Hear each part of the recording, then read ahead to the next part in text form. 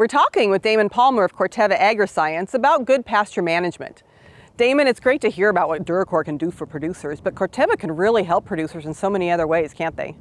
We sure can, and we've got a network of range and pasture specialists across the country that can help ranchers meet their land goals. And we know that every ranch is different. Every rancher has different objectives for their pasture, for their rangeland. And so if you go to rangeandpasture.com, you can select your area and find your local range and pasture specialist, and we'll be there to help. Great, thanks Damon. Now let's hear from one of those specialists. Jeff Clark is a market development specialist with Corteva and has some timely advice. So when we're talking about pasture weed control and we're talking about pasture management and putting a plan together, what we want to first do is understand what's in our pastures. It's kind of like looking down at your dinner plate. You want to know what you're going to eat. And that's the same thing with our cattle. We want to know what they're going to be eating because a lot of weeds are toxic, but if we don't know the weeds that we're talking about or trying to control, it's hard to kind of put those limitations in there.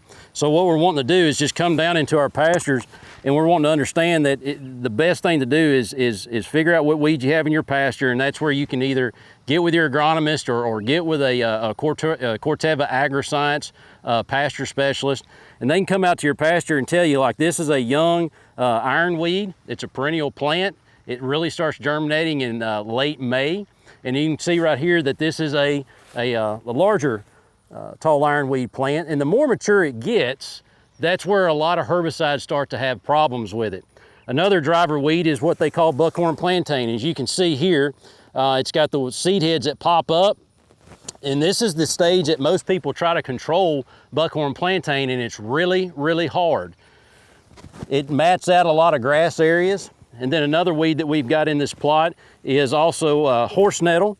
And horse nettle, it puts out a lot of spikes on the leaf and on the stem. A lot of cattle and even horses don't like to graze around it because it pricks that nose, so therefore you're losing, kind of like thistle, you're losing that grazing space. It can equal up, honestly, to 1.5 to 2 pounds of forages that you're missing. So another problematic weed in our pasture management program when we're dealing with ranchers or hay producers is Queen Anne's lace. This is a plant, a weed species that has a lot of producers throwing their hat in the ground because they absolutely do not know what to do to get rid of it, because there's honestly not a herbicide out there that does anything with it. We can burn it, we can suppress it, but there's really not anything out there that actually controls the plant until now, and that is DuraCor. 12 ounces to the acre of DuraCor will absolutely take your Queen Anne's lace species out of your pasture. DuraCor takes out those problems. DuraCor at the 12-ounce rate does a great job on the weeds that you just saw, the tall ironweed, the buckhorn plantain or the broadleaf plantain, the horse nettle, all those driver weeds that really make it hard for cattle to graze or good hay production to be produced. And DuraCor takes out over 140 plus weeds, and we're still counting how many weeds. So we haven't even finished a true count of how many weeds DuraCor can get out of your pasture. So as you can see here, DuraCor cleans up those weeds 12 ounces per acre, and it gives you nothing but forage, and that is what gives you the return of investment on your stocker cows or your cow-calf operation.